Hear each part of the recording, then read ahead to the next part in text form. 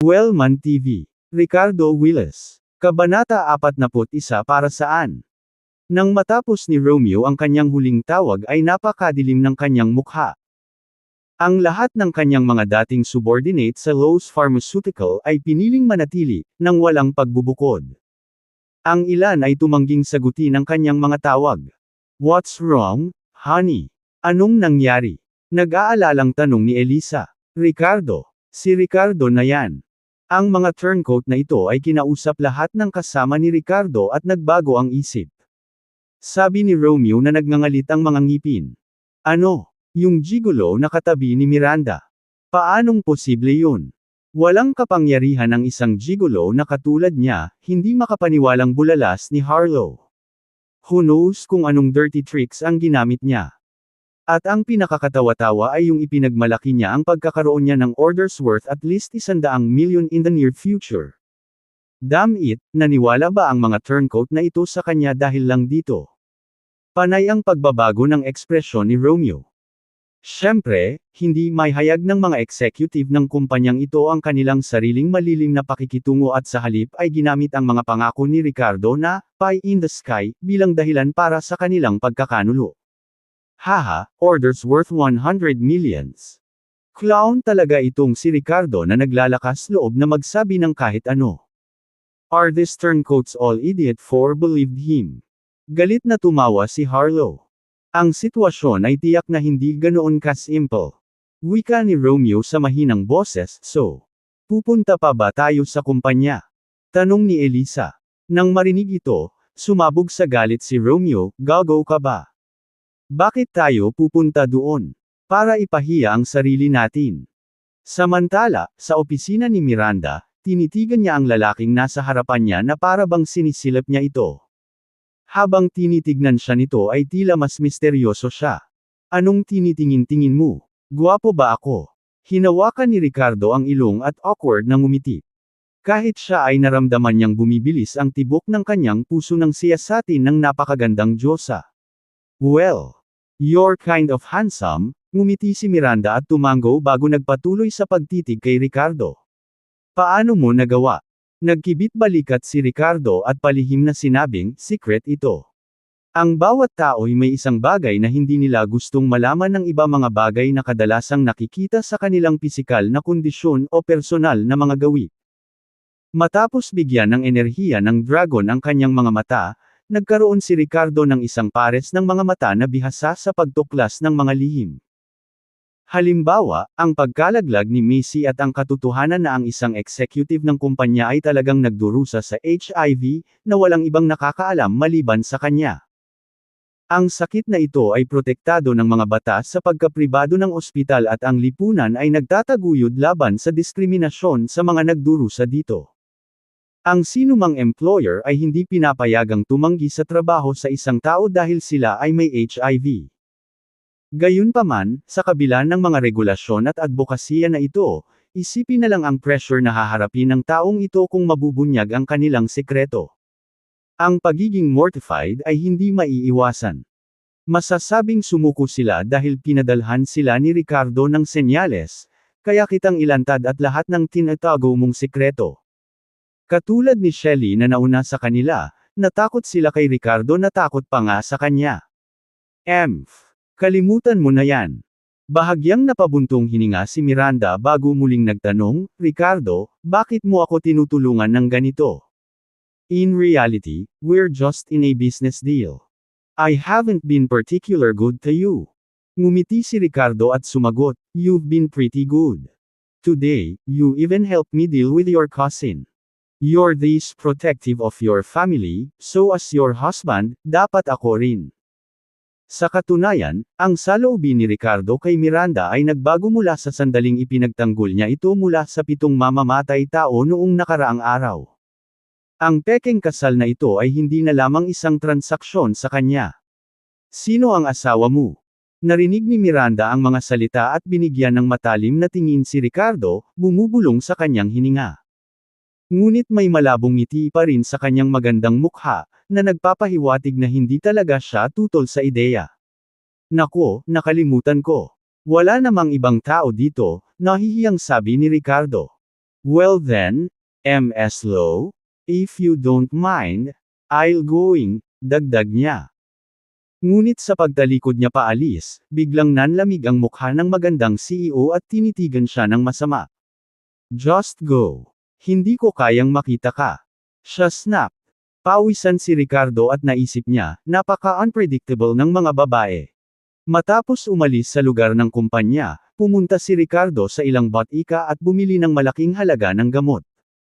Dahil napagpasyahan niyang tulungan si Miranda mula ngayon, oras na para kumilos siya. Pumili siya ng 4 na uri ng gamot, scar removal cream para sa pagpapaganda. Tonic sa paglago ng buhok. Malakas na hemostatic agent. At gamot sa leukemia. Gayunpaman, sa halip na pagbutihin ang kanilang mga epekto tulad ng dapat nilang gawin sa orihinal, binalak niyang bawasan ang potensi ng unang 2 gamot sa pamamagitan ng pagpapalit ng ilang mamahaling halamang gamot sa mas mura para mas produce ang mga ito ng mas epektibo sa gastos. Siyempre, kahit na hamina ang epekto, mas malakas pa rin ito kaysa sa mga produktong pangtanggal ng peklat at paglaki ng buhok sa merkado ngayon. Binalak ni Ricardo na gamitin ang mga koneksyon ni Zack upang subukan at magbukas ng mga channel sa loob ng militar para sa isang malakas na hemostatic na gamot. Tungkol naman sa gamot na panggamot sa leukemia, ilalagay na ni Ricardo ang kanyang puso dito at makikipag-usap ng seryoso kay Miranda nang dumating ang oras. Wala siyang planong gamitin ito para kumita. Maaari itong magamit upang maitaguyod ang imahe ng tatak ng Lowe's Pharmaceutical, ngunit kailangan itong ibenta sa abot kayang presyo.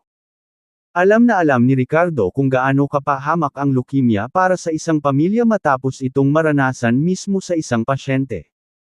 Ang mga gamot tulad ng Glivec ay nagkakahalaga ng astronomical na halaga ng pera at iniiwan ng maraming pamilya na bangkarota at desperado. Matapos gumugol ng buong umaga sa pagbabago ng 4 na uri ng droga, kinuha ni Ricardo ang kanyang telepono at nagsimulang tumawag.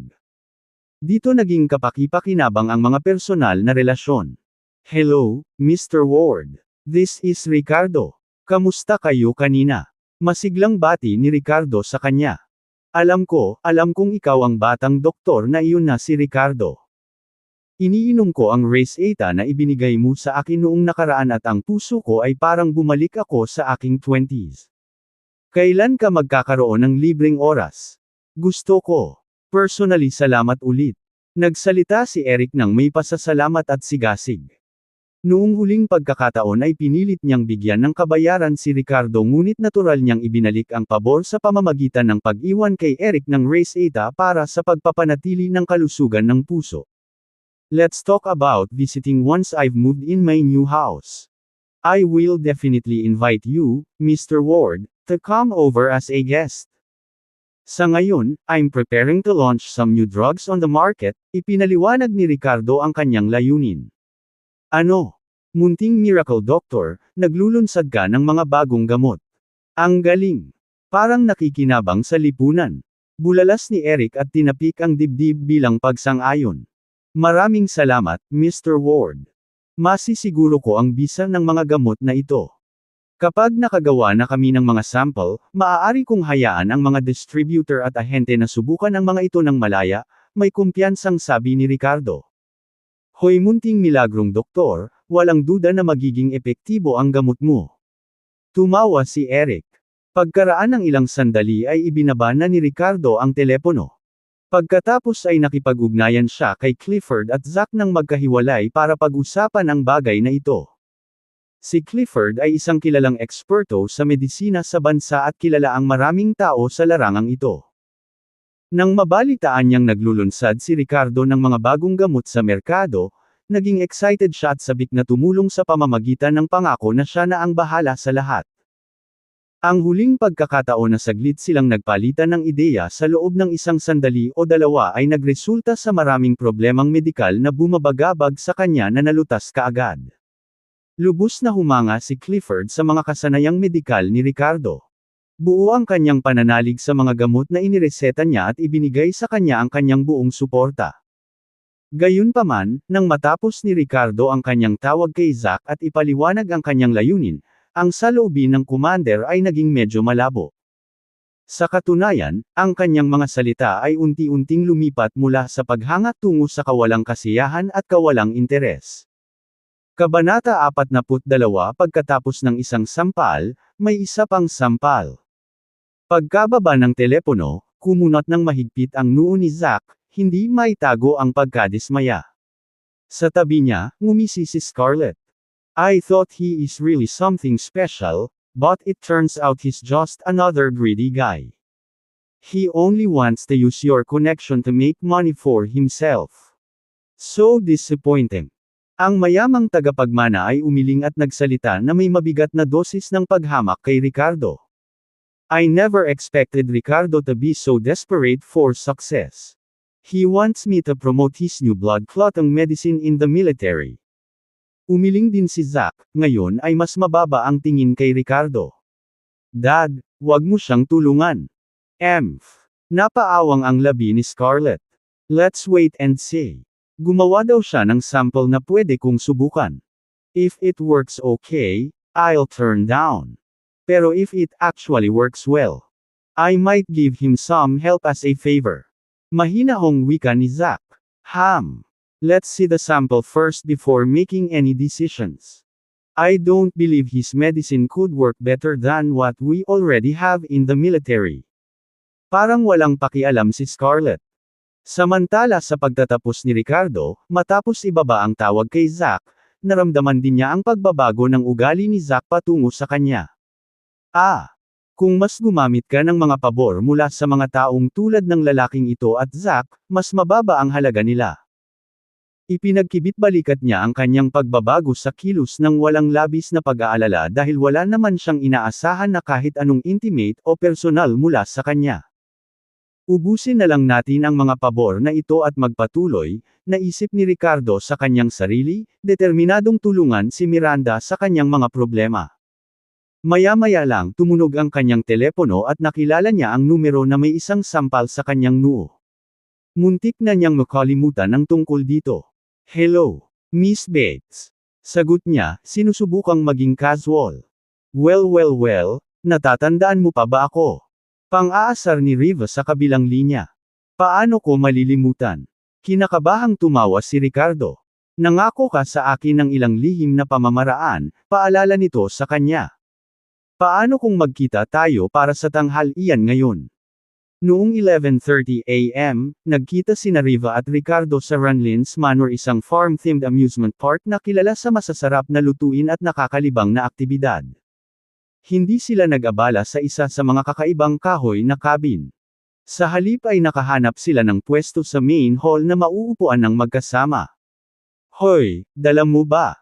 Naiinip na tanong ni Riva nang makita niya si Ricardo. Ito ay hindi lihim na ito ay isang malaking pag-aalala para sa isang magandang babae tulad niya. Kung hindi, si Riva ay hindi makikipag-ugnayan mismo kay Ricardo, hindi na siya makapaghintay pa. Dala ko.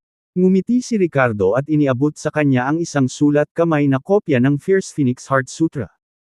Kinuha ito ni Riva nang hindi sigurado at nagtanong, sigurado ka bang mapapabuti nito ang aking pisikal na kondisyon? Hindi lang iyon, ngunit ang pagsasanay nito ay dapat maging napakalakas sa iyo.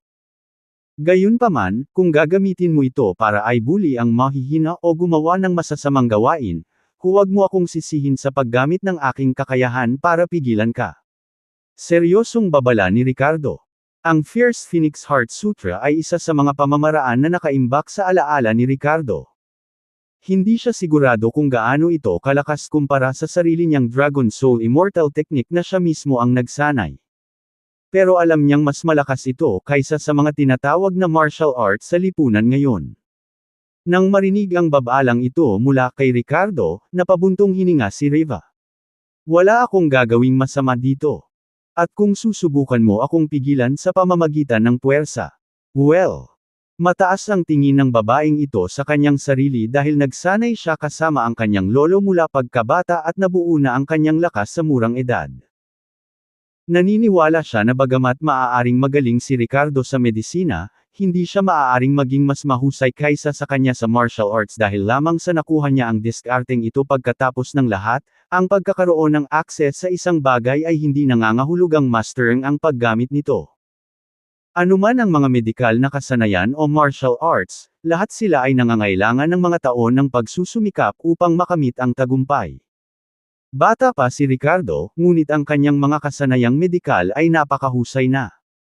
Tiyak na inilaan niya ang kanyang sarili ng buo sa medisina at hindi maaaring magkaroon ng lakas upang mag-aral ng anupaman. Nang makita ni Ricardo ang mapang-asar na ekspresyon ng mukha ng dalagang ito ay hindi na niya ito pinansin at ngumiti na lang. Sa sandaling ito, may naisip si Riva at bumungad sa kanyang magandang mukha ang pamumula. After hesitating for a while, she tentatively asked, "Nga pala, Ricardo, sobrang galing ng medical skills mo. Kaya mo bang gamutin yung ganyang sakit? Anong klase?" Natigilan si Ricardo. Yung tipong, "Hay nako." Napatapak ni Riva ang paa sa kahihiyan. Tumingin sa kanya si Ricardo na may kakaibang ekspresyon bago sinabing, "Medyo malusog ka at wala kang anumang mga venereal na sakit." "It's not me. At hindi rin venereal disease. It's mahirap lang gamitin. Yung pinsan ko yung nasugatan doon nung bata pa siya. Can you treat him?" Kinagat ni Riva ang kanyang labi at sinabing namumula ang mukha. "I see. Dapat walang problema." Walang imak na sabi ni Ricardo. "Great. Kailan ko kaya siya dadalhin para tingnan mo? Kung mapapagaling mo talaga siya, tiyak na magpapasalamat ang pamilya ko," ani Riva. "Okay." Humalaklak si Ricardo at hindi ito masyadong sineryoso. Maya-maya lang, isang grupo ng mga tao ang pumasok sa lobby. Nasa unahan ng isang binata na nakasuot ng Armani na may sunglasses at mga susi ng Lamborghini na nakasabit sa kanyang baywang. Siya ay tumingin napakauso at may ganoong uri ng paglalakad na nagpapalabas ng kumpiyansa. Sa likod niya ay isang grupo ng mga tagasunod, lahat matangkad at malalakas na may mabangis na momentum. "Mr. Webb, young master." Pagpasok pa lang ng binata ay magalang na tinawag siya ng head waiter at ilang waitress dito. Tila takot na takot sila sa binata. Hindi man lang sila pinansin ng binata habang paakyat sa hagdan. Ngunit sa sumunod na segundo, matapos ang pag-scan sa lobby gamit ang kanyang mga mata, biglang tumirik ang kanyang tingin sa katawan ni Riva. Kaagad pagkatapos noon, diretso itong naglakad patungo sa kanya kasama ang kanyang entourage. Si Riva ay kaakit-akit na sa simula. Kung itsura lang ang pinag-uusapan nila, makaka-score siya ng 9 sa 10 puntos. Bukod dito, siya ay nagsasanay ng martial arts sa loob ng maraming taon na nagbigay sa kanya ng isang espesyal na aura tungkol sa kanyang body language. Sa sandaling iyon, ang kanyang magandang mukha ay namumula at tumutulo sa pang-akit. Napatingin ang young master at agad na naakit. "Hey beautiful, eating here. Want to join me?" Ngumiti si Josiah Webb kay Riva habang papalapit. Hindi man lang niya sinulyapan si Ricardo na nakaupo sa tabi ni Riva na parang invisible. Ngunit bago pa niya matapos ang kanyang pangungusap, iniwas ni Josiah ang kanyang kamay at sinampal sa mukha si Ricardo. Mabilis na nag-react si Ricardo ngunit hindi niya inaasahang tatamaan siya ni Josiah. Wala siyang pakialam kay Riva dahil hindi niya ito asawa o kasintahan. Kung gusto niyang matulog sa iba, wala itong kinalaman sa kanya. Kaya hindi niya akalain na sasampalin siya ni Josiah. Nag-alab ang apoy sa mga mata ni Ricardo habang nakakulong sila kay Josiah na may bahid ng mali siya. "Anong tinitingin-tingin mo? Magwala ka. Can't you see I am talking to this beautiful lady? Isa ka lang walang kwentang aso na nakaupo dito." Galit na sigaw ni Josiah na umaabot na sa rurok ng kanyang pangangibabaw at kay abangan. Smack! Gayunpaman, bago niya matapos ang kanyang pangungusap, pinalipad siya sa himpapawid. Matapos sampilan ng isang kamay si Josiah, dahan-daang tumayo si Ricardo at pinunasan ang mga kamay ng basang tuwalya. "Kung gusto mong umalis ako, gagawin ko. Pero sa sampal na yan ngayon lang. Kailangan kong ibalik to ng 2 beses. Ngayon, isa pang sampal na lang ang natitira." Kabanata 43. Anong klase kang anak? Tinakpan ni Josiah ang kanyang mukha at tumayo, medyo nanggigigil ang kanyang katawan. Dahil sa sampal ni Ricardo ay naaninag niya ang mga bituin, at kalahati ng mukha niya ay agad na namamaga. Isang matinding puot at hinanakit ang lumitaw sa kanyang mga mata. Ang mga followers at bodyguard sa paligid niya ay may halong pagtataka na may halong lamig. Sa Runlins Manor, at maging sa buong Edolan, mayroon talagang mga tao na, nang walang anumang provocation, sinasampal sa mukha ang young master. Bugbugin mo siya at itapon. Nagsalita si Josiah sa bawat salita. Oo. Ang mga alipores ay sabay-sabay na tumugon at pagkatapos ay lumipat patungo sa Ricardo, inatake siya ng walang pag-aalinlangan. Isa-isa silang mabangis at nakakatakot, na may nakakatakot na aura. Ano ang gusto mong gawin? Mabilis na tumayo si Riva sa harap ni Ricardo at gumawa ng hakbang para pigilan sila. Pinalabas niya si Ricardo, at dahil nasangkot siya sa bagay na ito, natural na hindi makatayo si Riva at walang magawa. Sumunod na lumitaw ang tila Maislan at kaakit-akit na dilag at nakipag-away sa isang grupo ng matipunong lalaki. Sabay-sabay silang bugbugin. Nang makitang pinuprotektahan ni Riva si Ricardo, hindi na pinansin ni Josiah ang pagiging chivalrous at sinigawan ng kanyang mga tauhan. Mga laruan lang sa kanya ang mga babae. Ngunit ang batang babae na ito na si Riva ay nakakagulat na malakas, na humahawak sa kanyang sarili laban sa 10 sa kanila nang walang pag-aalinlangan. Mahigpit niyang pinrotektahan si Ricardo mula sa likuran. Ang mga bodyguard ni Josiah ay pawang mga bihasang manlalaban, at ang dalawang panig ay lumaban ng pantay-pantay. Ang sitwasyon ay nasa isang pagkapatas. Nagalit si Josiah nang makita ang tagpong ito. Hinawakan niya ang mainit at namamaganyang pisngi at tumingin kay Ricardo na kalmadong nakatayo sa likuran niya na may panghahamak. Ang duwag mo. Anong klaseng lalaki ang nagtatago sa likod ng babae? Bakit hindi ka gumapang pabalik sa sinapupunan ng iyong ina at magsimulang muli? Nagmura si Josiah. Ang mga kumakain sa kanilang paligid ay napaatras lahat upang panoorin ang palabas, nagbubulungan sa kanilang mga sarili na may mapanlait na tingin kay Ricardo. Anong klaseng lalaki ang nangangailangan ng babae para protektahan siya kapag nagsimula siya ng gulo? Kung ako ang kagandahang iyon, wala akong pakialam sa kanya. Walang hiya siya. Kahit sinong babae na magpakasal sa lalaking ganyan ay napakahina. Kung ganito ang ginawa ng boyfriend ko, gagamitin ko ang sapatos ko para bugbugin siya. Nagtatago sa likod ng girlfriend mo kapag nagkamali. Nakakadiri. Ang mga nasiyahan sa panunood ng drama nang hindi isinasaalang-alang ang mga kahihinatnan ay walang pakialam sa nangyari bago o pagkatapos. Nakita lang nila si Riva na nakikipaglaban sa isang grupo ng mga matitigas na lalaki habang si Ricardo, ang malaking tao, ay nagtago sa likod. Ang ilang mga walang utak na babae ay tumayo pa sa panig ni Josiah at nagsalita ng may paghamak at paghamak kay Ricardo. Pagkatapos ng lahat, si Josiah ay nakadamit ng mga designer na damit na may bullhead na keychain na nakasabit sa kanyang baywang. Mukha siyang rich kid mula sa mayamang pamilya. Samantala, si Ricardo naman ay nakasuot ng simple at mukhang ordinaryong tao. Hoy, I'll hold them off for you. Tumakbo ka. Lumingon si Riva para tingnan si Ricardo at nakita niya itong nakatayo doon ng mahinahon. Nenas siya at hinimok siya. Hindi ba nakita ng lalaking ito kung gaano kahirap para sa kanya na harangan sila? Bagamat mayroon siyang mahusay na kasanayan sa pakikipaglaban, marami pa rin ang mga kalaban. Bukod dito, ang mga bodyguard ni Josiah ay hindi rin mga ordinaryong thug. Takbo! May natitira pa akong isang sampal para sa kanya. Pilyong nakataas ang kilay ni Ricardo habang nagsasalita. Nang marinig ito, hindi napigilan ni Riva na imulat ang mga mata at medyo naiinis sa lalaking ito. At ang mga taong naruroon ay narinig ang mga salitang ito at agad na naging mas mapanghamak kay Ricardo. Ang lalaking ito ay hindi lamang duwag, kundi pati na rin immature. Ang kanyang kasintahan ay nagtrabaho ng gusto upang protektahan siya, ngunit hindi pa rin siya mabilis na tumakas. Napakamamaliit talaga ng ganitong klaseng lalaki. Si Josiah, sa sobrang galit, ay nginisyon at tinuro si Ricardo, na kinukutya siya. You piece of trash, can't you see the situation right now? Gusto mo ba akong bigyan ng isa pang sampal? Aba, kung may lakas ka ng loob, lumabas ka at labanan mo ako.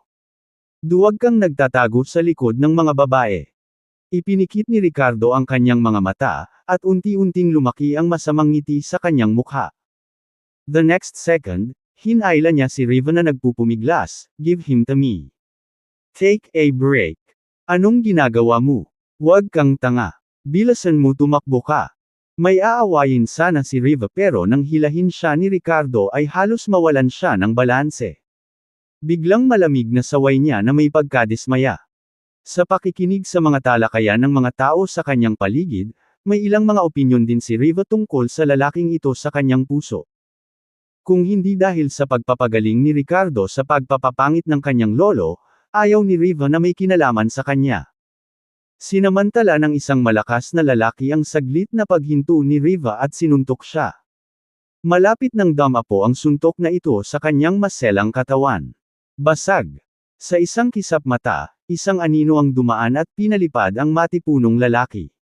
Natigilan si Riva at ang lahat sa sumunod na nangyari. Basag. Basag. Basag. Hinayla ni Ricardo si Riva sa likod niya at kinuha ang mga bagay sa sarili niyang mga kamay. Hindi tulad ng dati, kung saan mahirap sabihin kung sino ang nangunguna, sunod-sunod na sinampal ni Ricardo ang bawat matitigas na lalaki sa harapan niya. Ang kanyang mga galaw ay simple ngunit lubhang marahas. Bawat sampal ay may dalang hindi maipaliwanag na kagandahan sa kanyang kalupitan at biswal na epekto.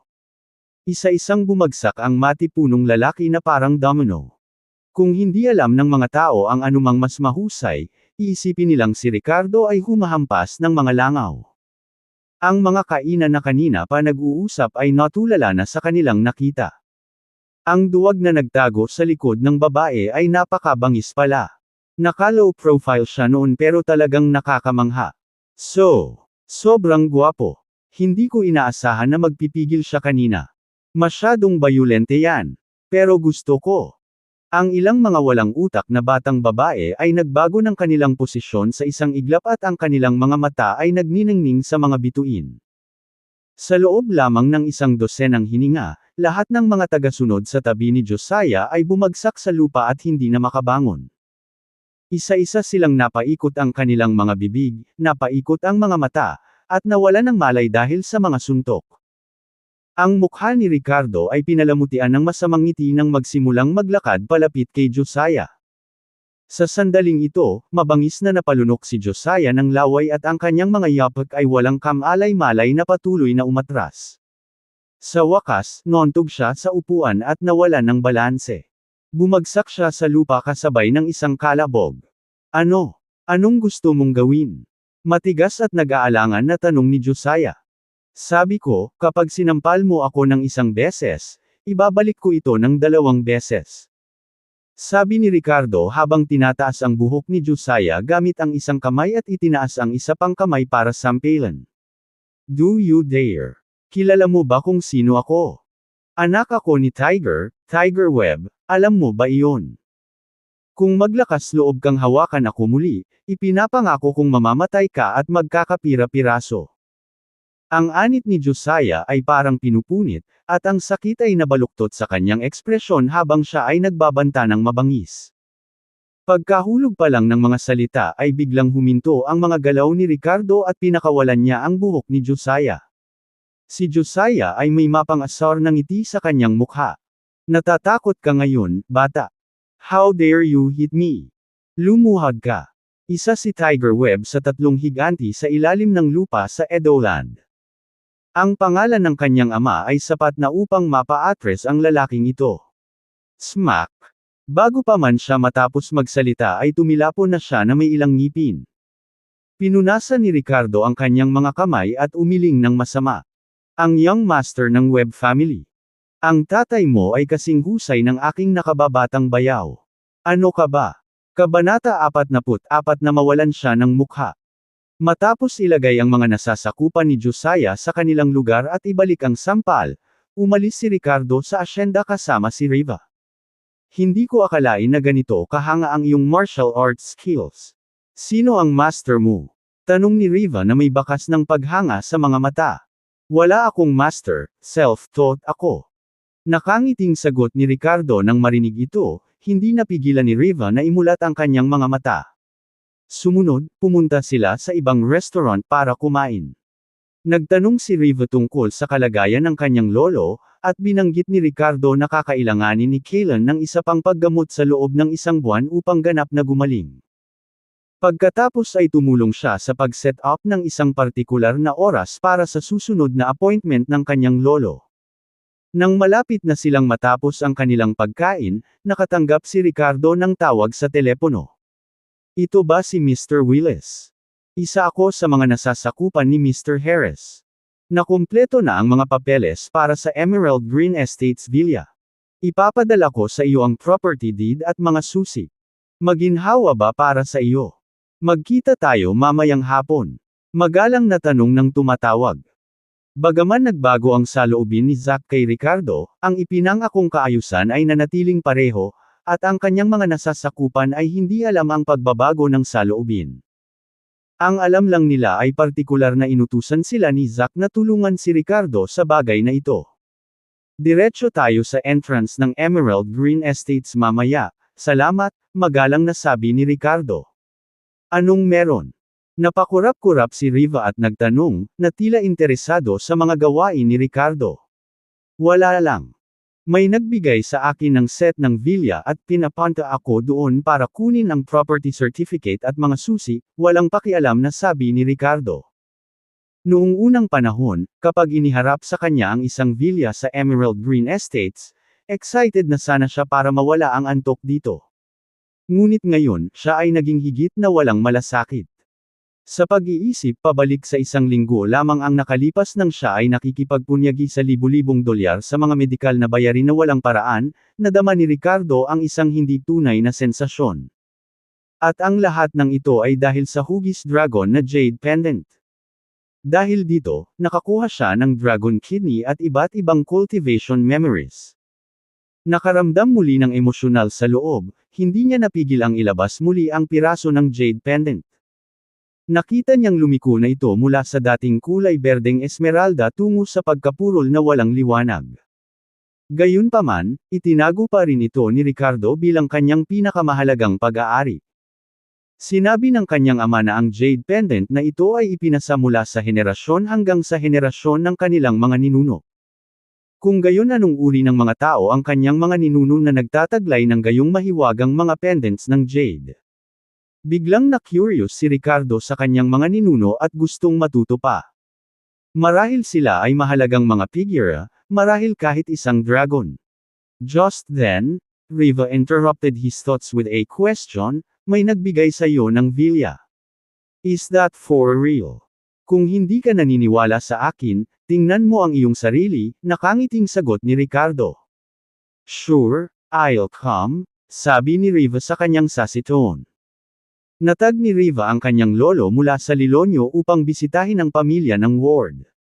Dahil wala nang ibang magawa, naisip niya na maaari rin siyang tumambay. Dahil sumakay si Riva ng taxi doon, pinaandar silang dalawa ni Ricardo sa kanyang Bentley Mulsanne patungo sa Emperor's Garden Estate. Ang mga villa ay itinayo sa mga burol na matatagpuan sa hilagang silangan ng Edoland at ipinagmamalaki ang mahusay na geomancy. Ang layout ay nakaharap sa pahilaga at nagbigay ng walang harang na tanawin ng buong lungsod ng Edoland. Ang paninirahan dito ay walang alinlangan na simbolo ng kayamanan at katayuan sa lipunan. Pagdating sa Emperor's Garden Estate, ipinaroda ni Ricardo at Riva ang kanilang sasakyan sa pasukan at hinintay na dumating ang mga tauhan ni Zack. Maya-maya ay lumabas ang isang tindera mula sa opisina ng pagbebenta at magalang na tinanong sila kung interesado silang manood ng anumang mga villa. Dapat sabihin na kahit ang mga tindera nila ay bihirang mga dilag dito sa Emperor's Garden Estate. Kung tutuusin, ang mga villa dito ay nagkakahalaga ng ilang milyon o kahit bilyon. Ang mga tunay na mayayaman lang ang kayang bumili ng bahay dito. Paano kaya nila maaaliw ang mga kliyente ng ganitong kalibre sa hindi kaakit-akit na mga tindero? Natural na maganda ang ugali ng tindera kay Ricardo nang makita itong nagmamaneho ng Bentley. Ipinapalagay niya na siya ay isang mayaman na pangalawang henerasyon. Bagamat medyo ordinaryo ang kanyang kasuotan, napakaraming mabababang mayayamang tao ngayon. Bukod dito, si Riva sa tabi ni Ricardo ay napakaganda at nagparamdam sa tindera. Paano maihahambing ng sinuman sa isang taong may ganoong mataas na pamantayan sa kanilang tabi? May bahay na ako dito, pero hindi pa ako lumipat. I came to take look today. You can back to what you are doing, nakangiting paliwanag ni Ricardo. Oh, then sir please enjoy yourself, dismayadong sagot ng tindera. Ah, so may bahay na siya dito. Kung hindi pa siya nagmamay-ari at bumili ng isa mula sa kanya, kikita na siya ng 10,000 mula lang sa komisyon. Kahit na ang ibig sabihin nito ay samahan siya sa pagkain o iba pang aktibidad. Ngunit sa pagtingin kay Riva sa gilid ni Ricardo, naisip ng tindera na malamang na hindi rin siya interesado sa hitsura nito. Aalis na sana siya, biglang umalangaw ang isang nakakatakot na boses.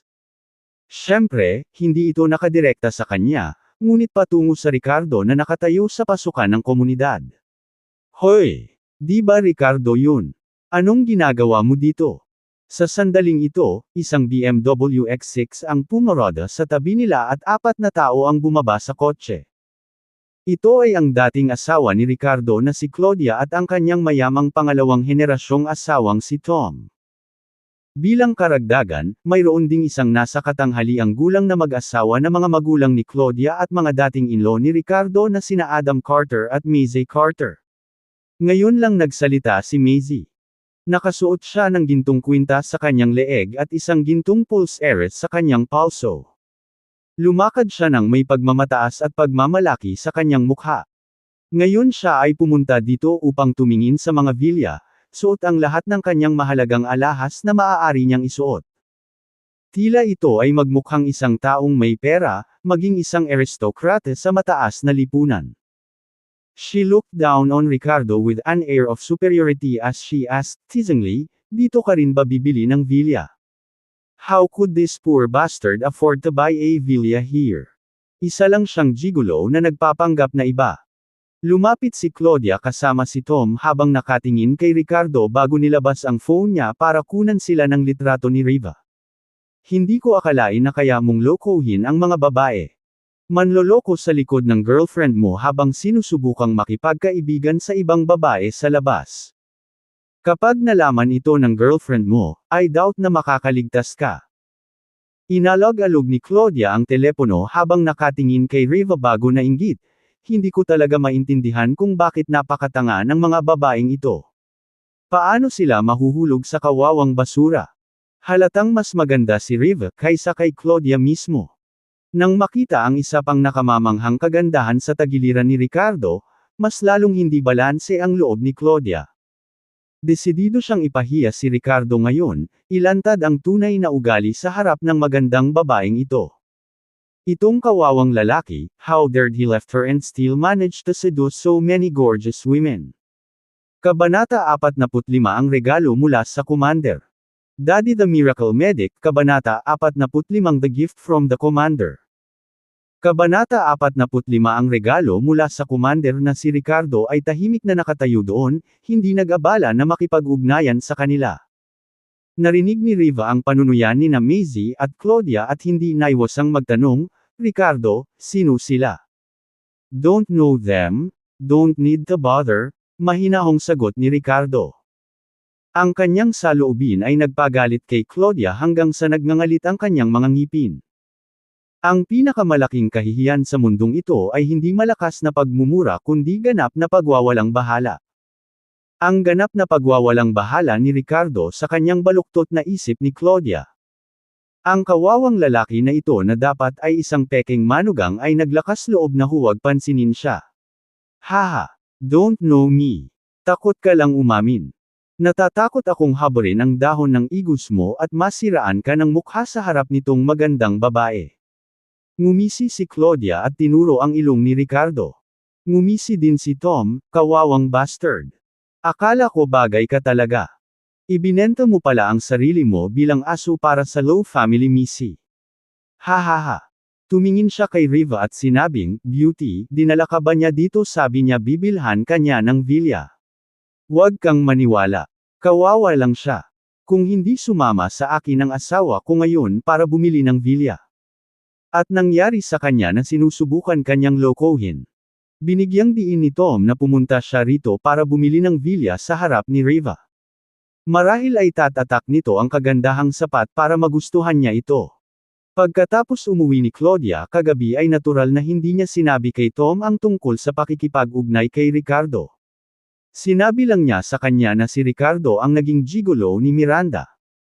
Kaya nang makita ulit ni Tom si Ricardo, naging mayabang na naman siya.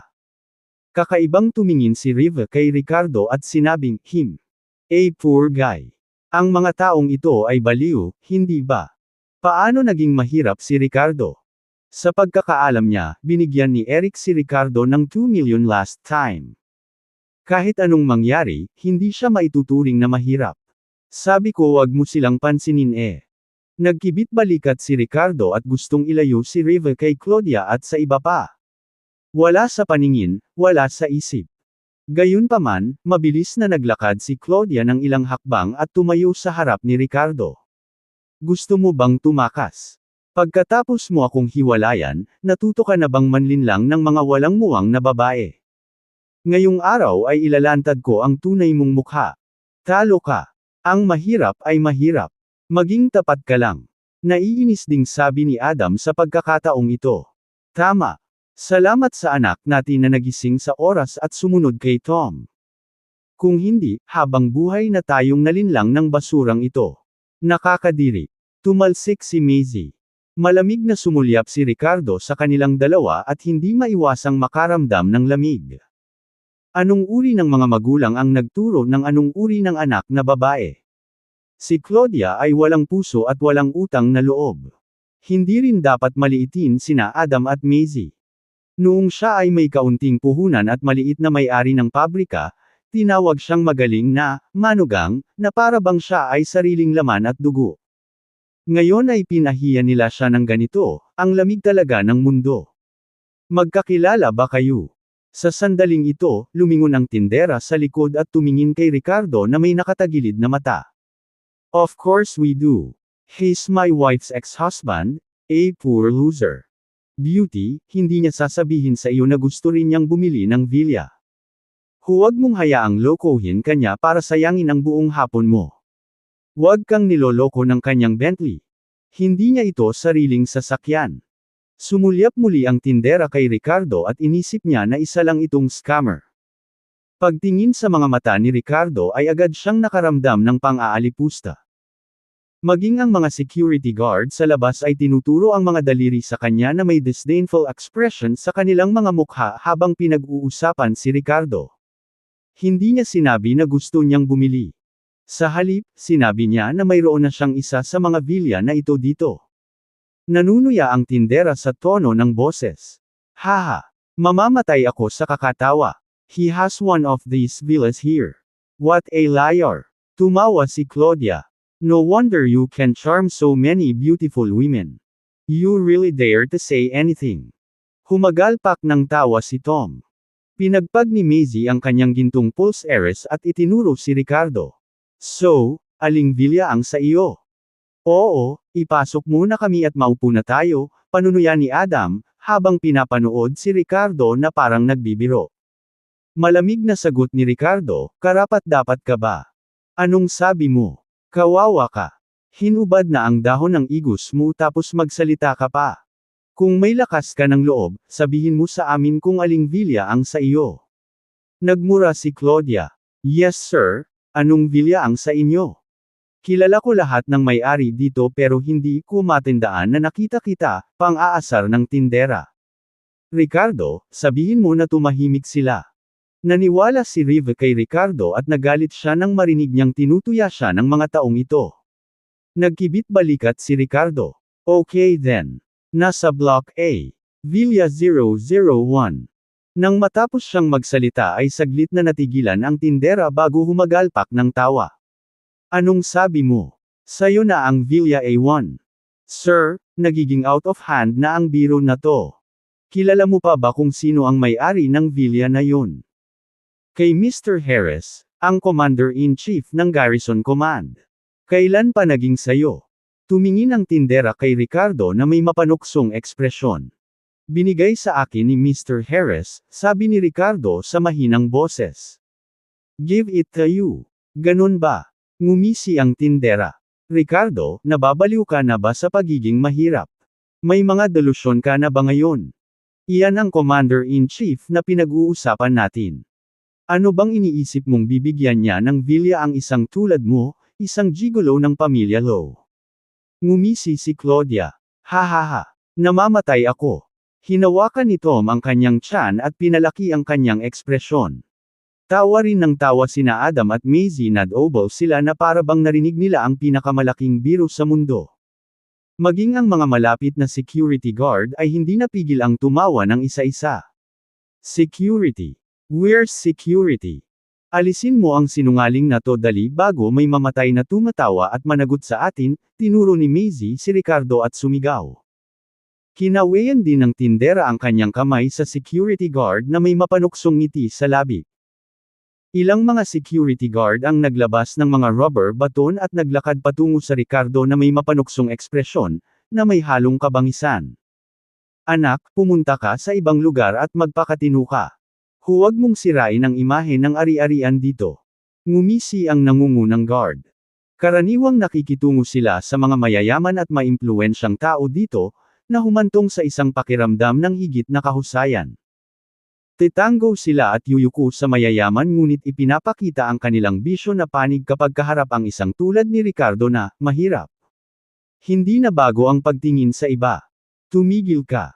Gayunpaman, sa sandaling ito, isang malamig na sigaw ang umalangaw-ngaw. Isang madilim na berdeng sasakyang militar ang huminto sa tabi nila. Filyek. Filyek. Filyek. Ihulog mo ang iyong mga armas. Ilang fully armed soldiers ang tumalon sa sasakyan at itinutok ang kanilang mga baril sa mga gwardya na akmang sasalakayin si Ricardo. Mr. Willis, I'm sorry we're late. Are you okay? Mabilis na lumapit kay Ricardo ang nangungunang opisyal na may tono ng paghingi ng tawad. Lahat ng naruroon ay natulala sa nakita. Maging ang mga security guard ay nanginginig sa takot, nakayuko sa lupa habang nakahawak ang mga ulo sa kanilang mga kamay. Ano sa lupa ang nangyayari? Paano nakakaakit ng mga tauhan ng militar ang pakikitungo sa isang mahirap? Kabanata 46 na son-in-law, ano ba talaga ang ibig mong sabihin? I'm fine, sir.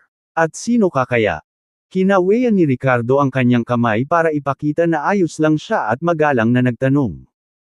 Ang lalaking naka-uniforme ng militar ay sumaludaw kay Ricardo at sinabing, ako ang representante ni Mr. Harris, si Ralphie Palmer. Mr. Willis, maaari mo akong tawaging Ralphie. So you're Mr. Palmer. Thank you for your help, nakangiting sabi ni Ricardo. Tumango si Ralphie at pagkatapos ay masiglang sinabi, pakiusap, ihatid na kita sa villa, Mr. Willis. Matapos iregalo ng isang tao ang villa na ito kay Zack, maayos na inalagaan ni Ralphie ang lahat ng detalye. Malamig siyang tumingin sa mga security guard at iminuwestra ang kanyang mga sundalo sa ibaba niya na nagsasabing, hayaan mo sila. Sila ay mga mababang buhay. Pagkatapos ay dinala niya sina Ricardo at Riva sa Emerald Green Estates at nakarating sa Villa A1. Matatagpuan ang villa na ito sa pinakamataas na lugar sa lugar na ito ng mga villa na nagbibigay dito ng walang kapantay na tanawin sa lahat ng bagay sa paligid nito. May kasama itong sariling garden courtyard na kumpleto sa swimming pool at iba pang amenities. Bukod dito, ito ay pinalamutian na upang ang isa ay maaaring lumipat sa anumang oras na gusto nila. Ayon sa panimula ni Ralphie, ang Villa Plus decoration na ito ay minsang inalok ng $50 million ngunit tumanggi si Zack na ibenta ito. Ngayon ay ibinigay na ito bilang regalo kay Ricardo na nagpakita kung gaano nagpapasalamat si Zack sa pagpapagaling niya sa kanyang anak na babae. Gayunpaman, sa kaloob-looban ni Ricardo ay napabuntong hininga, kakakontak lang niya kay Zack tungkol sa paglulunsad ng kanyang bagong gamot kanina. Gayunpaman, ngayong hapon ay may isang tao mula sa kanyang koponan ang nagdala ng mga papeles kasama ang mga susi para sa villa na nagpaparamdam sa kanya na parang may utang siya. Samantala, sa kabilang banda, habang papasok sina Ricardo at Ralphie sa Emerald Green Estates, napatulala si Claudia at ang iba pa sa kanila kasama ang sales lady. Isa-isa silang lahat ay nagmukhang tanga. Sa pagtingin sa jeep na may mga military special license plates at ilang armadong sundalo, walang nagdududa sa kanilang pagkakakilanlan. Ang magalang na ugali ni Ralphie kay Ricardo ngayon lang ay nagpabago sa mukha ni Claudia. Ang huling pagkakataon ay si Rowan, sa pagkakataong ito ay isang opisyal ng militar. Bakit ang galang nilang lahat nang makita nila si Ricardo? Ganyan ba talaga kaprestihiyoso ang isang gigolo mula sa pamilya Low? Oh, hindi ba ganoon ka-simple ang mga bagay? Anong nangyayari? Kilala ba talaga ni Ricardo itong mga militar? Nagtatakang tanong ni Maisie habang nakatitig kay Ricardo na naglalakad papasok. How is that possible? Paanong ang isang tulad ni Mr. Harris ay magbibigay ng bilya sa kaawa-awang taong ito? Paulit-ulit na umiling si Tom na para bang sinaktan siya ng malakas. Imposible. Imposible talaga. Pwede naman siguro. Pumasok na lang tayo at tingnan mo. Tutal nandito rin naman kayo para bumili ng mga bilya, di ba? Bakit hindi sabay na pumasok? Tumingin ang sales lady kay Tom na sana matapos marinig ang sinabi nito na gusto niyang bumili ng mga bilya kanina. Nakatingin na siya sa kanya ngayon. Kung sino man ang bumili nito, basta may komisyon, ayos lang. Oo nga. Magaling na manugang, nandito tayo para bumili ng bahay ngayon, tara na at tingnan natin. Nagningning ang mga mata ni Adam sa mungkahi. Let's go see. I don't believe that the commander will give Ricardo a house. Baka may kakilala lang itong kawawang sundalo at sinusubukang ipakita sa atin. Umikot ang mga mata ni Maisie ngunit hindi pa rin makapaniwala na ang isang tulad ni Zack ay magbibigay ng bilya kay Ricardo. Oo, honey, sundan natin sila at tingnan natin. Sumang-ayon si Claudia kay Maisie. Napuno siya ng sama ng loob nang makita kung gaano kahusay si Ricardo ngayon. Okay then, let's go in and check out the houses too. Tumango si Tom bilang pagsang-ayon pagkatapos mag-alinlangan sandali. Sumunod ng malapit ang grupo sa likod ni Ricardo at ng kanyang dalawang kasama habang naglalakad sila papasok sa marangyang villa. This is actually Villa No. Isang in Block A. Binigyan ba talaga siya ni Mr. Harris nitong villa? Hindi makapaniwalang bulalas ng tindera nang marinig ang balitang ito. Nagulat lahat si Claudia at ang kanyang pamilya sa kanilang narinig, hindi paniniwalaan na may halong inggit at selos na nakasulat sa kanilang mga mukha. Naging mayaman na ba ang kawawang batang ito? Ungol ni Maisie.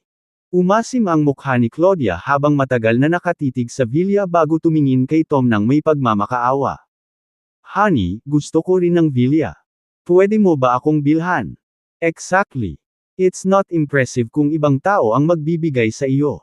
Ang pagbili mo mismo ay nagpapakita ng tunay na lakas. Ngumuso si Adam na parang walang pakialam. Sir, gusto mo bang tumingin sa paligid? Nagningning ang mga mata ng tindera habang nakatingin kay Tom, umaasa na magkakaroon ng malaking komisyon. Alam niyang hindi na siya makakaasa pa kay Ricardo at umaasa na lang na bibili si Tom sa kanya. Well, haha, sure. Tingnan natin kung may bagay ba. Natawa si Tom ng awkward pero kalaunan ay mariing ikinaway ang kanyang kamay at sinabing, Honey, ang galing mo. Natuwa si Claudia nang marinig ito at kumapit sa braso ni Tom sa magiliw na paraan. Matapos magpalipas ng hapong maglibot sa villa kasama si Locke, tinulungan siya ni Ralphie na alagaan ang mga access card. Nang maayos na ang lahat ay umalis na ang subordinate ni Zack.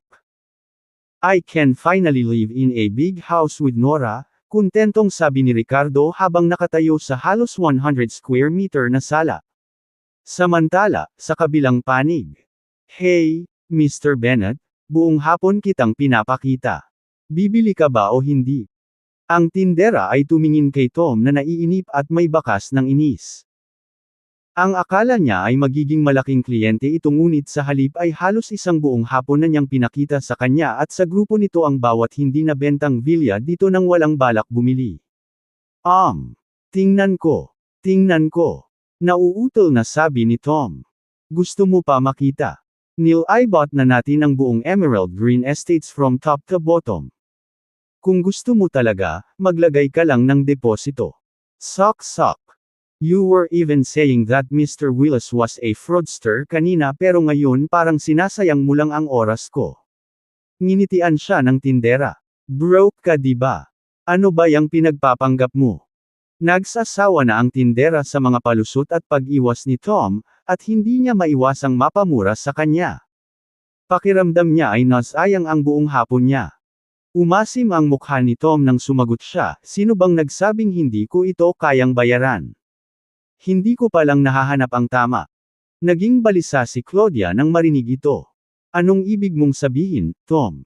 Sinong nagsabing walang angkop? Nakapili na ako ng ilan na gusto ko. Pati si Ricardo, na dukha, nakatira dito. Bakit hindi tayo pwede? Halika na, Claudia. Tingnan natin muli, awkward na ubo ni Tom habang sinusubukang pakalmayan siya. Tiningnan ni Adam ang kanyang manugang na may pag-aalinlangan at nakatutok na nagtanong, ano ba talaga ang gusto mong hilahin dito? Dinala mo ba kami ngayon para lang itali kami? Kabanata 47 Nagkaroon ka na ba ng ibang babae sa kotse? Sa sandaling magsalita si Adam, sina Claudia at Maisie ay tumingin kay Tom na may nagtatanong na mga mata. Nakita nila itong isang mayamang manugang at nagtaka kung bakit ang bilis niyang mag-react para paalalahanan si Riva na huwag magpalinlang kay Ricardo. Nakonsensya si Tom dahil alam niyang ganoon din siya sa pagkalkula. Dinala niya ngayon si Claudia at ang pamilya nito para lang mapabilib sa villa. Alam niyang lahat sila ay walang kabuluhan at gustong magpakitang gilas.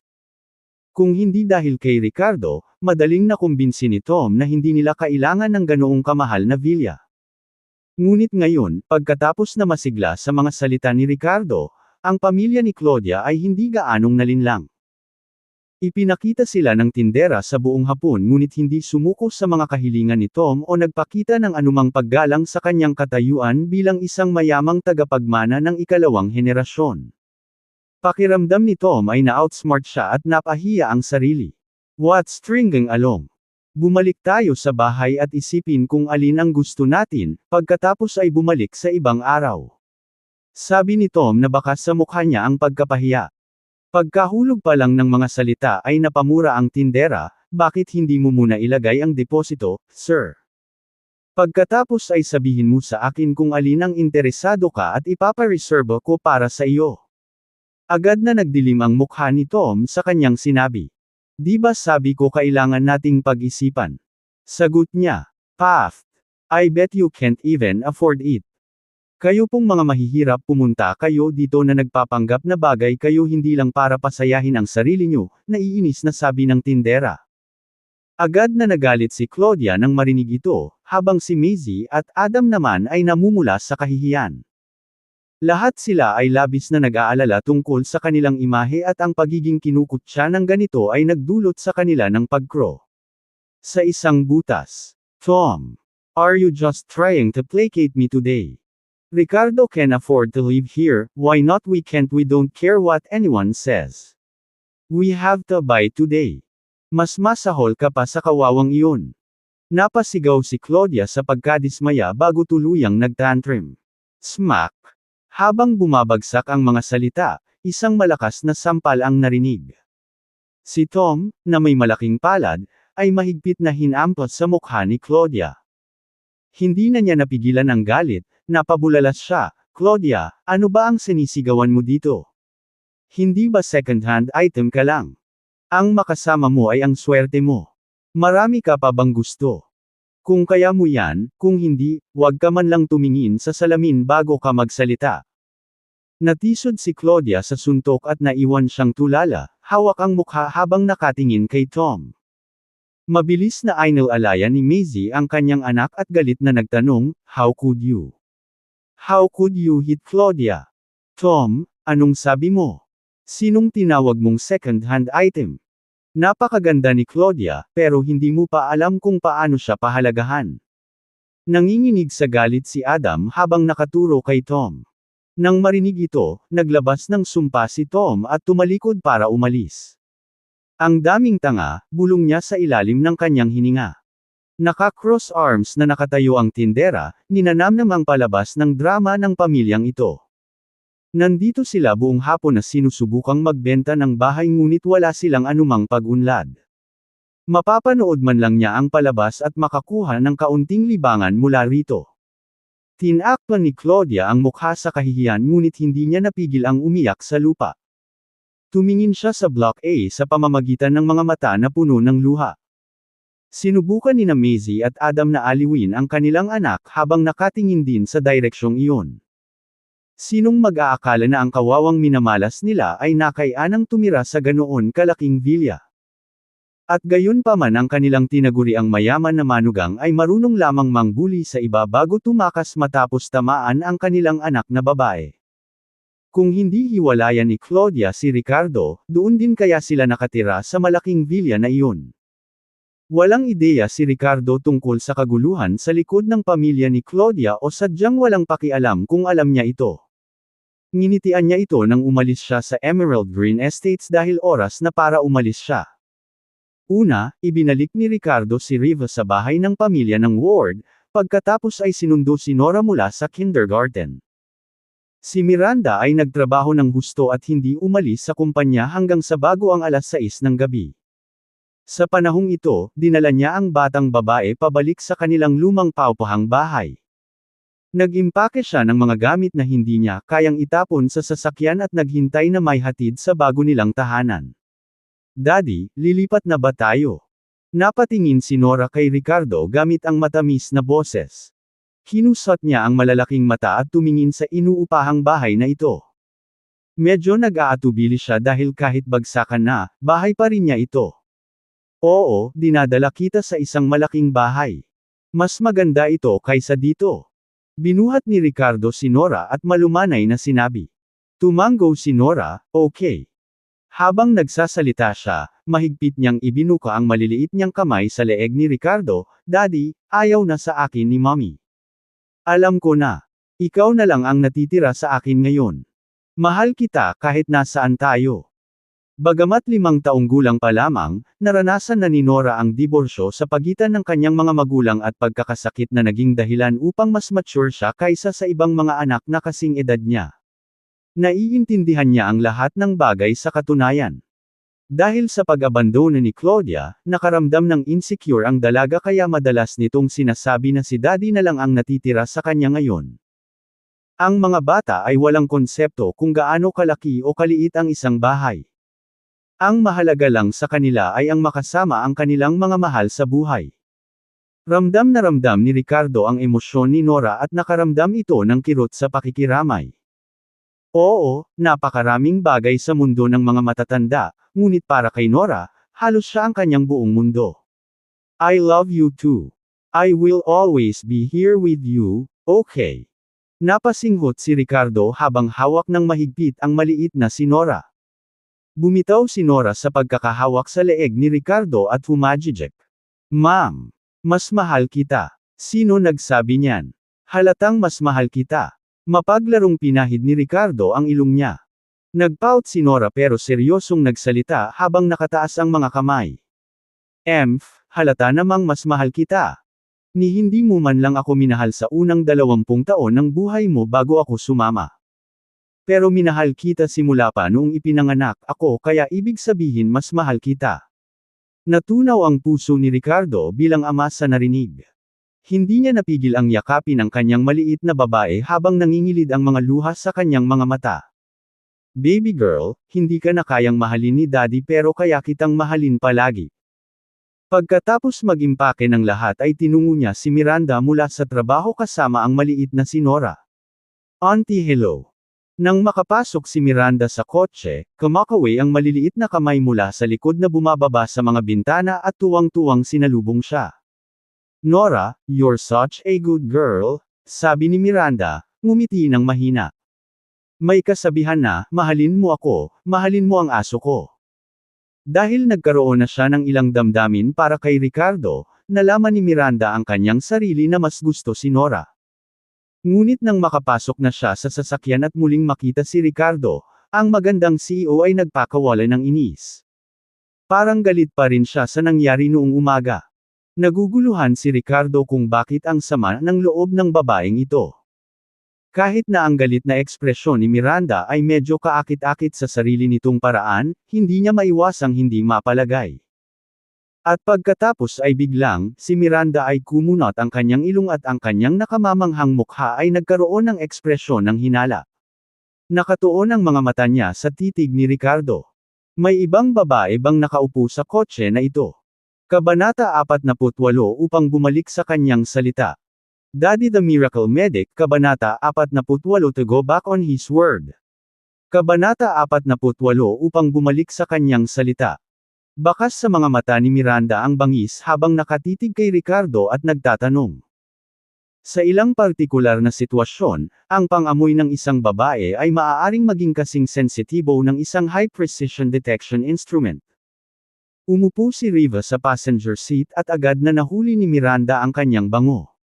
Ricardo, Ed, medyo nakonsensya sa tanong niya.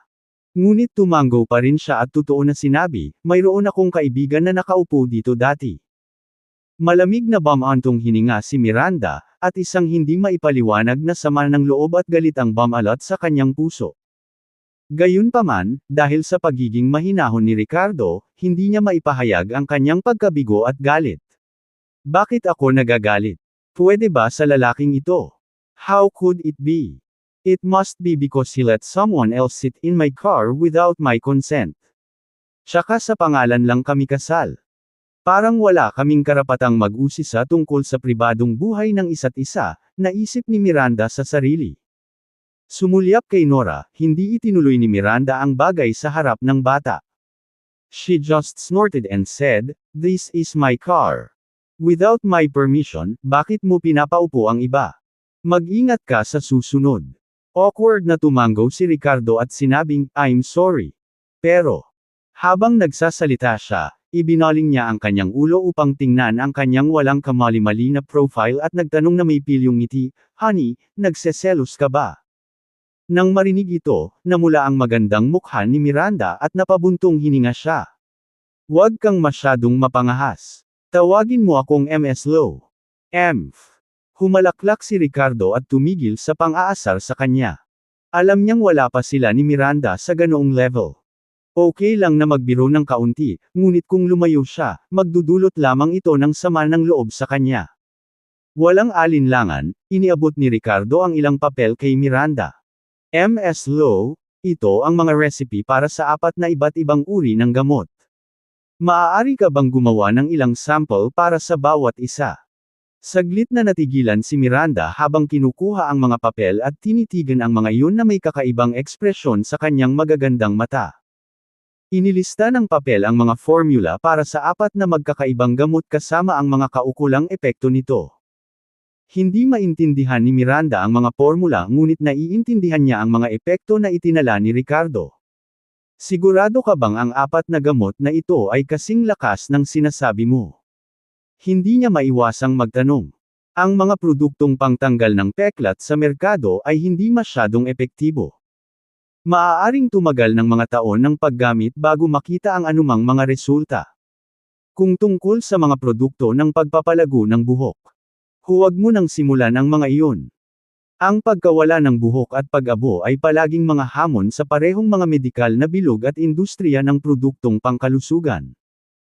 Bagamat ipinagmamalaki ng iba't ibang produkto ng pagpapalaki ng buhok ang kanilang pagiging epektibo, halos wala silang epekto sa lahat. Kung ang dalawang uri ng mga produkto ay talagang kasing lakas ng isinulat ni Ricardo sa itaas, kung gayon sa tamang mga diskarte sa marketing ay tiyak na magiging bestseller sila. At ang mga napakabisang hemostatic na gamot, pati na rin ang mga gamot para sa paggamot sa leukemia, kung ang mga epekto nito ay talagang gaya ng inilarawan ni Ricardo, malamang na mataas ang pangangailangan nila. Gayunpaman, si Miranda ay may pagdududa tungkol sa pagiging epektibong sinabi ni Ricardo at pinaghihinalaang maaaring ito ay pinalaki. Gayunpaman, seryosong tumango si Ricardo. Siyempre, kung mabilis kang makakagawa ng sample, makakapagsimula ka agad kami ng mga klinikal na pagsubok. Malaki. Tumingin ng malalim si Miranda kay Ricardo at mariing tumango. Sa sandaling ito, napukaw ang kanyang emosyon.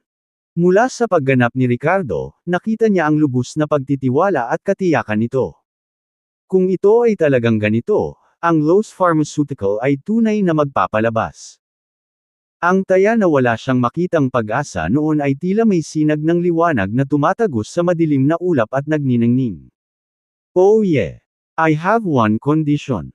That is for the drug used to treat leukemia. I hope it can be sold at cost or even zero profit. The main profit will come from two products, scar removal beauty products and hair growth blackening products, sabi ni Ricardo na may seryosong ekspresyon sa mukha. Ilang beses na kumikislap ang mga mata ni Miranda bago niya agad na intindihan ang nasa isip ni Ricardo si Nora ay isang pasyente ng leukemia, kaya dapat ganoon din ang nararamdaman niya. Okay. I promise you, nakangiting sabi ni Miranda na nakatingin kay Ricardo. Hindi may larawan ang kanyang kagandahan sa sandaling ito. Hindi napigilan ni Ricardo na mapang-anga na parang baboy na natulala. Hey, have you seen enough? If you have, start driving, sabi ni Miranda na medyo nahihiya sa titig nito at pinandilatan siya. Giggle giggle. Auntie is so pretty. Daddy is pigsy, pigsy. Giggle giggle. Umupo ang maliit na si Nora sa backseat na pumapalakpak ng mga kamay at tumatawa. Putol ni Ricardo dito at agad na inis. What's with this pigsy nonsense? Sino nagturo sa'yo niyan? Tanong niya. Chloe. Pigsy daw si Daddy, sagot ng maliit na babae habang umiiling. Napabuntong hininga si Ricardo at naalala ang apo ni Eric na si Chloe na kasing pilyo ni Nora. Ang dalawang manggugulo ay magkasamang pumunta sa iisang kindergarten at sinira na niya ang kanyang anak na babae. Sa loob lamang ng ilang araw ay lumipas na mula noon. Sa ilang araw na ito, lumipat na si Ricardo sa Emerald Green Estates kasama si Nora at kumuha ng yaya kapag wala siya tuwing weekend. Sa pagkakaroon ng pahinga ng maliit sa paaralan noong mga oras na iyon, kailangang may mag-aalaga sa kanya. Sa panahong ito, nakuha na ni Miranda ang production department sa pharmaceutical company para gumawa ng mga sample ng 4 na magkakaibang gamot. Sa panahong ito, personal na pinangasiwaan ng magandang CEO ang kalidad at pagiging confidential ng mga sample. Matapos magawa ang mga sample, ang kumpanya ay namuhunan sa mga klinikal na pagsubok habang si Ricardo ay nagbigay ng ilan kay Eric, Clifford at iba pa upang subukan ang kanilang sariling mga contact. Tiwala si Ricardo sa bisa ng mga gamot na ito. Nakipag-ugnayan din si Ricardo kay Zack tungkol dito, pero medyo perfunctory ang ugali ni Zack at ilang araw na lang daw ay babalikan niya ito. Naisip ni Ricardo na pagkatapos matanggap ang vilya na ito mula kay Zack, malamang na wala ng anumang pabor na darating sa kanya. Isang hapon, pinakiusapan ni Miranda si Ricardo na samahan siyang makipagkita sa isang kliyente. Ito pala ay si Albie, ang pinakamalaking wholesale na supplier ng mga hilaw na materyales ng Cranford. Sa isang VIP room sa isang tea house, masiglang binati ni Albie sina Miranda at Ricardo, nandito si Ms. Lowe. At si Mr. Willis din. Haha. Pagkatapos ay tumingin si Albie kay Ricardo nang may pasasalamat, Mr. Willis, salamat ulit sa huling pagkakataon na niligtas mo ang buhay ng anak ko. Hindi ako makapagpasalamat sa iyo kaya tanggapin mo itong munting pasasalamat. Sa sinabi nito, inilabas ni Albie ang isang tseke na nagkakahalaga ng $1,000,000 mula sa kanyang briefcase. Kinaweya ni Ricardo ang kanyang kamay, Mr. Elliot, pakiusap, hindi mo kailangang maging magalang. Bilang isang ama, hindi ko kayang tumayo na lang kapag nakita kong nalasan ang iyong anak. At saka, nakangiting dagdag niya, nangako ka sa asawa ko na pipirma ka para sa kooperasyon. Iyon na ang pinakamagandang reg-along pasasalamat. Miranda chimed in, huwag kang masyadong mahinhin ngayon, Mr. Elliot. Ngunit nang matapos silang magsalita, napansin nila ang hindi natural na ekspresyon sa mukha ni Albie. Ito, yung collaboration, nagkaroon ng problema. Ms. Lowe, pasensya na po, ani Albie. Ano ang ibig mong sabihin, Mr. Elliot? Napagkasunduan namin ang lahat noong huling tawag namin sa telepono. Kung hindi ka nasiyahan sa presyo, maaari tayong makipag-ayos muli, sabi ni Miranda na nagbabago ang mukha sa balita. Umiling si Albie at namula ng magsalita, it's not about the price. Kung gayon, ano ito? Mr. Elliot, iniligtas ni Ricardo ang iyong anak at nangako kang magtatrabaho sa aming kumpanya, naiinip na sabi ni Miranda. Kumunat ang noo ni Ricardo at bakas sa mukha niya ang galit. Ano ang nilalaro ni Albie? Hihihi. Ms. Low, huwag ka nang mag-aksaya ng hininga. Inalok ko siya ng mas kaakit-akit na deal kaya tinanggihan niya ang offer mo. Isang boses ang dumating mula sa labas ng pinto nang bumukas ito at tumambad sa isang nasa katanghaliang gulang na lalaki na may suot na salamin na may gintong gilid na naglalakad ng walang pakialam. Nang makita ang lalaking ito, agad na nagdilim ang mukha ni Miranda at ang kanyang mga ngipin ay nagdikit sa galit. Ang kanyang mga mata ay puno ng makapal na hinanakit at galit nang makilala siya ang personal na abogado ni Isa. Isa sa mga allipiers niya. Si Isa na naman. Kabanata 49 na hayaan mo na ito.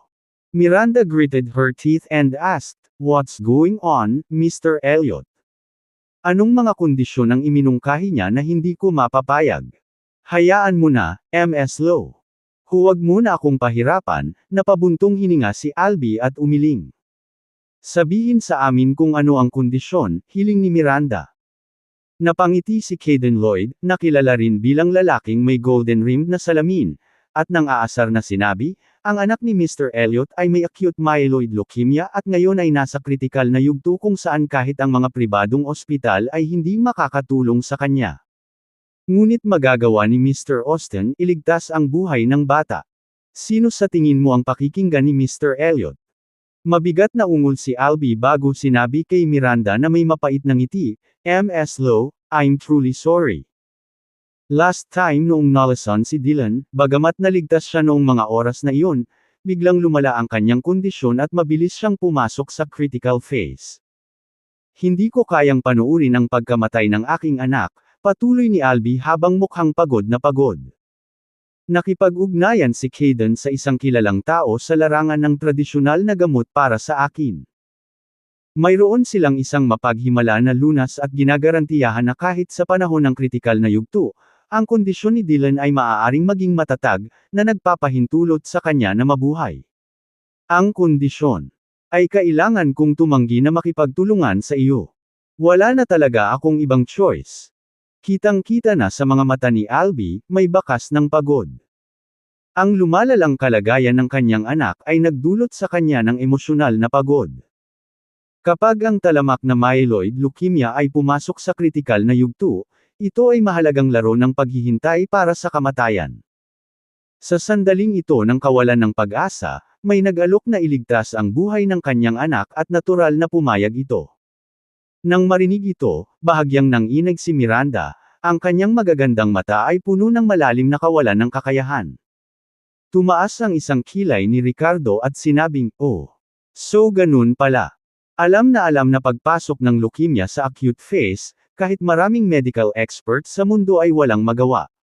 Talaga bang itong tinatawag na medicine expert? Gamutin ito. Mr. Elliot, huwag magpaloko." Nginitian ni Caden si Ricardo at sinabing, "Anak, ikaw yung short-lived guy na kinuha ni Ms. Low diba? Hey, may sasabihin ka ba dito? Short-lived guy." Nagtaas ng kilay si Ricardo. "You won't live long. Mr. Austin said that," sagot ni Caden na may malamig na ngiti. Sinabi niya yun. Wala siya, pang-iinis ni Ricardo. "Anak, titignan natin yan. Tignan natin kung hanggang kailan ka tatagal." Hamon ni Caden sa kanya. Sa puntong ito, seryosong nagsalita si Albie kay Ricardo, "Mr. Willis, naiintindihan ko ang nararamdaman ninyo at ni Ms. Low, ngunit isa nga siyang malaking shot sa larangan ng tradisyonal na medisina. Narinig ko na siya noon at tiyak na hindi siya isang panloloko. Sige. Kung iyan ang sasabihin mo ay mayroon din akong nakahanda na mapaghimala na gamot na tiyak na magliligtas sa iyong anak. Kung tutuusin kaya ko pa siyang tuluyang mabawi. Sa oras na pumirma ka sa kontrata ng asawa ko, pupuntahan ko agad ang anak mo." "Paano na?" Confident na sabi ni Ricardo. Naningkit ang mga mata ni Miranda at mabilis itong tumango. "Yes. Mr. Elliot, meron din tayong miracle drug para sa paglunas ng leukemia sa ating mga kamay. Kahit na pumasok ito sa acute phase, nakakamangha ang epekto." Ngayon lang siya naguguluhan, kung hindi lang si Ricardo ang nagdala nito ay muntik na niyang makalimutan. Isa sa 4 na bagong gamot ng kanilang kumpanya ay isang espesyal na gamot para sa paggamot ng leukemia. Gayunpaman, nang marinig ito ni Albie ay nagpakita siya ng pagkainip. Mayroon silang miracle drug at mayroon ka rin. Ms. Low, stop talking. Hindi ako magbibiro sa buhay ng anak ko o isugal ito ng bulag. Hindi na kailangan ng pagtutulungan natin para pag-usapan pa. Please leave. Bagamat hindi direktang nailigtas ni Ricardo ang kanyang anak noong nakaraan, malinaw na hindi nakumbinsi ni Albie ang isang kahangahangang pagganap. Kung ikukumpara doon ay natural na pumili siya ng isang bihasang eksperto sa medisina. At sa pagkakataong ito ay tila hinala ang pag-uugali ni Ricardo at Miranda na parang handa silang gawin ang lahat para magkasundo sa mga mata ni Albie. So nagkaroon din sila ng miracle drug. Nagkaroon din siya ng isa. Hindi ba nila isinaalang-alang ang buhay ng kanyang anak nang subukang makipagkasundo sa kanya? Paano kaya siya magtitiwala sa kanila? Mukhang nadismaya si Miranda nang makita ang reaksyon ni Albie. Sa sandaling iyon ay sinagot ni Kayden ang isang tawag sa telepono at pagkatapos makinig ng ilang sandali ay ibinigay ito kay Miranda na nagsasabing, Ms. Low, gusto ni Mr. Austin na makinig ka, itinulak ni Kayden ang kanyang salamin na may gilid na ginto at mahinang sinabi. Anong meron? Kinuha ni Miranda ang telepono mula sa kanya at nagngangalit ang kanyang mga ngipin. Isal. Hehe, Miranda, anong meron? Bakit galit na galit ka? Isang mapaglarong boses ang nagmula sa kabilang linya. Isa, kasuklam-suklam kang tao. Kung lalaki ka pa, huwag mong gamitin ang mababang taktika na ito para pigilan akong tuparin ang pastahan ng pamilya ko ng patas. Kapag natalo ako, papakasalan kita. Ano ang mahalaga sa iyo? Ikaw lalo lang kitang hinahamak. Galit na sigaw ni Miranda. Hehe, hindi ko kailangan ng respeto mo. Ang gusto ko lang ay mapasaakan ka.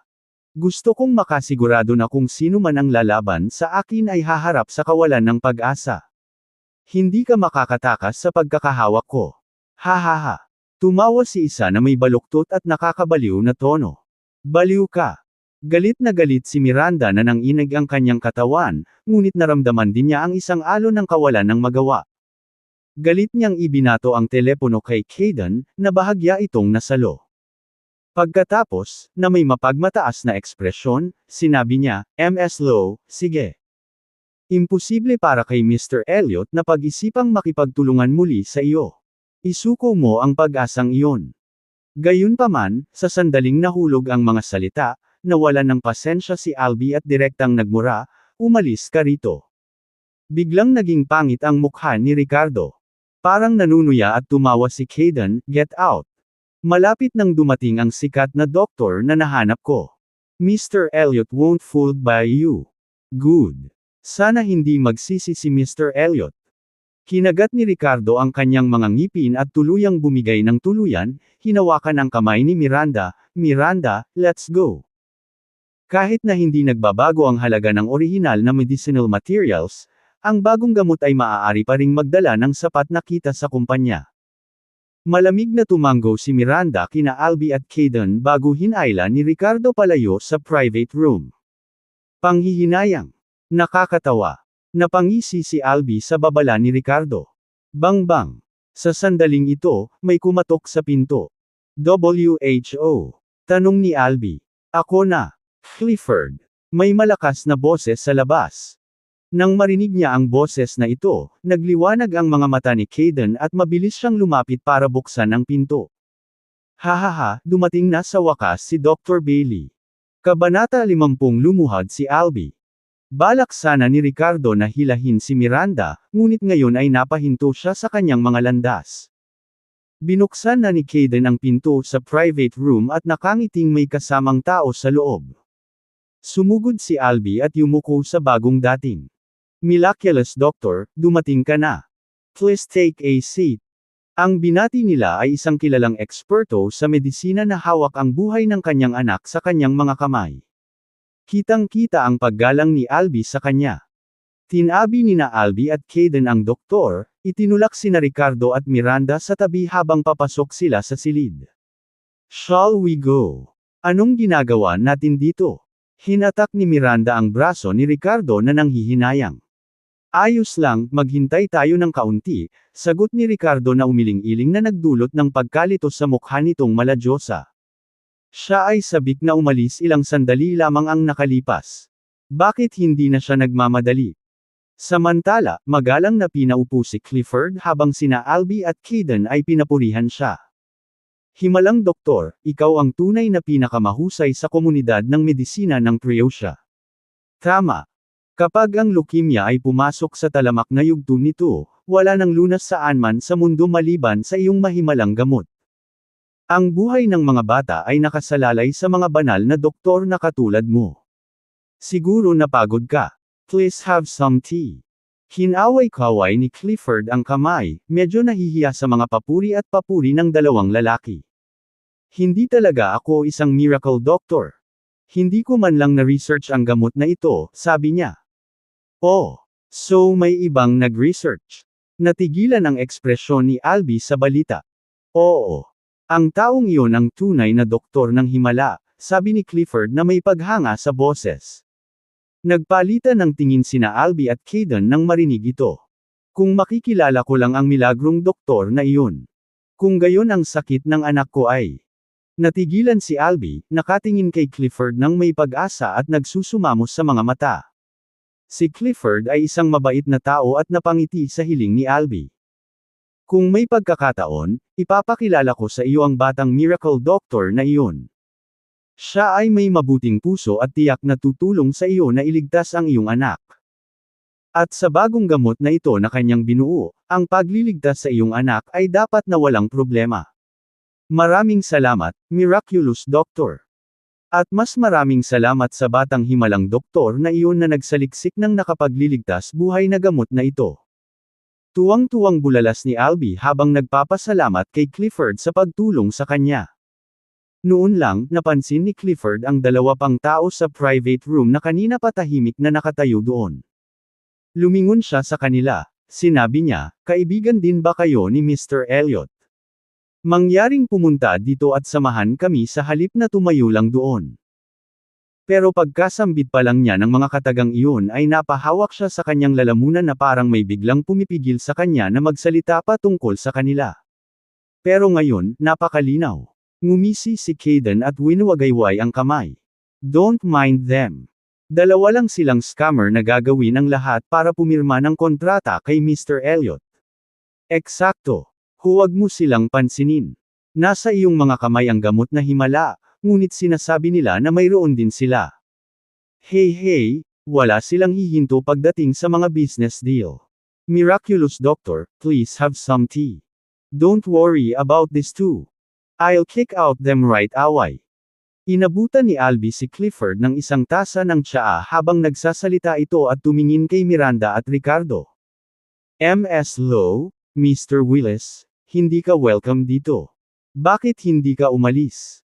Sa mata ni Albie, si Clifford ay parang Diyos na nagligtas sa buhay ng kanyang anak.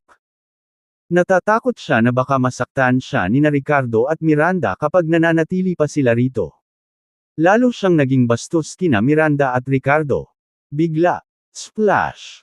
Pagkalabas pa lang ng mga salita sa bibig niya, itinulak ni Clifford ang tasa ng tsaa na iniabot sa kanya ni Albie bago tumayo ng biglang.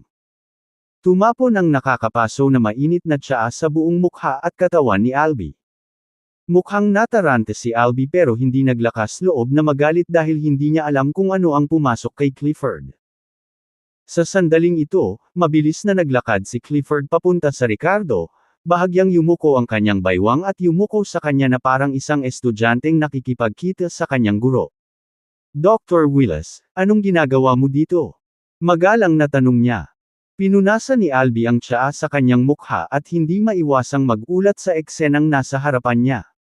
Napatitig din si Caden na di makapaniwala. Ano ang nangyayari?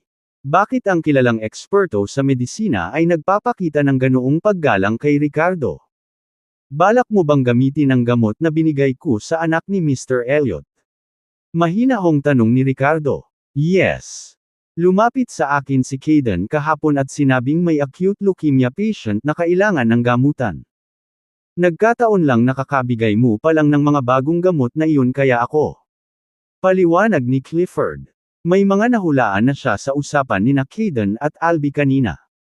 Hindi ako sang-ayon dyan, matigas na sabi ni Ricardo. Mabilis na tumango si Clifford bilang pagsang-ayon, nahihiya at humihingi ng paumanhin habang nagsasalita. Ang gamot ay ni-research mo kaya ikaw na ang bahala kung paano ito dapat gamitin.